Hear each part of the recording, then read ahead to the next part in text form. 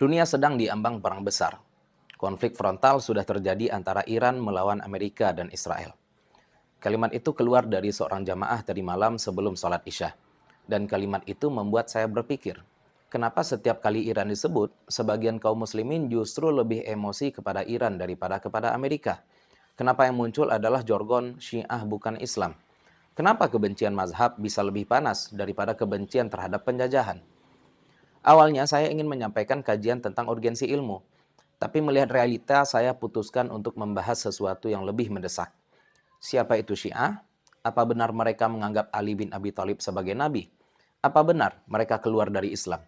Dan kenapa Iran berani berdiri tegak di hadapan Amerika, sementara sebagian negeri Arab justru membuka pangkalan militer asing di tanahnya sendiri? Kalau kita tidak paham ini, kita cuma akan jadi penonton emosional, dan umat yang emosional selalu mudah untuk diperalat. Syiah lahir dari kecintaan yang luar biasa kepada Ali bin Abi Thalib dan Ahlu Bait Nabi Sallallahu Alaihi Wasallam. Cinta itu mulia, tapi ketika cinta berubah menjadi fanatisme teologis dan politik, disitulah masalah bermula.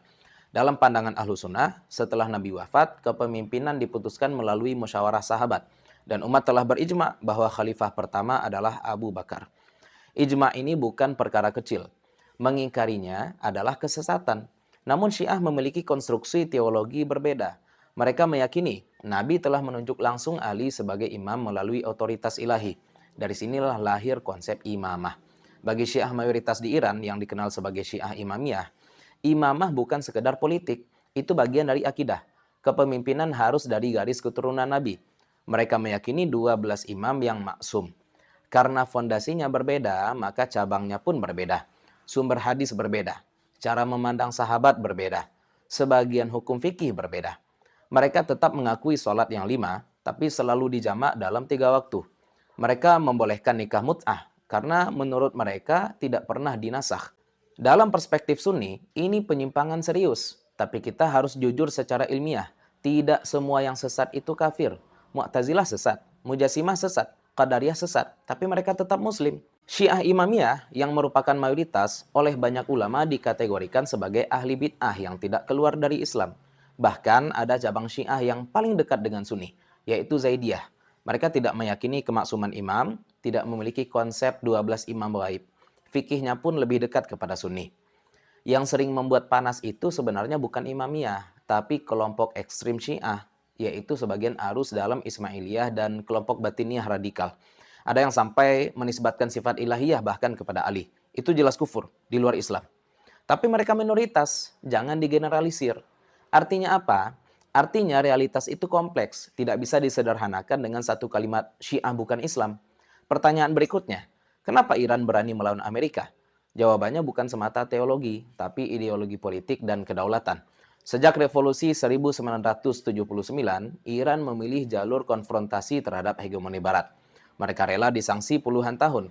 Ekonominya ditekan, tapi mereka tidak mau tunduk.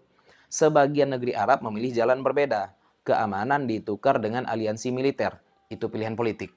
Tapi sebagai Muslim, tidakkah kita merasa janggal ketika melihat negeri Islam justru menjadi pangkalan militer asing?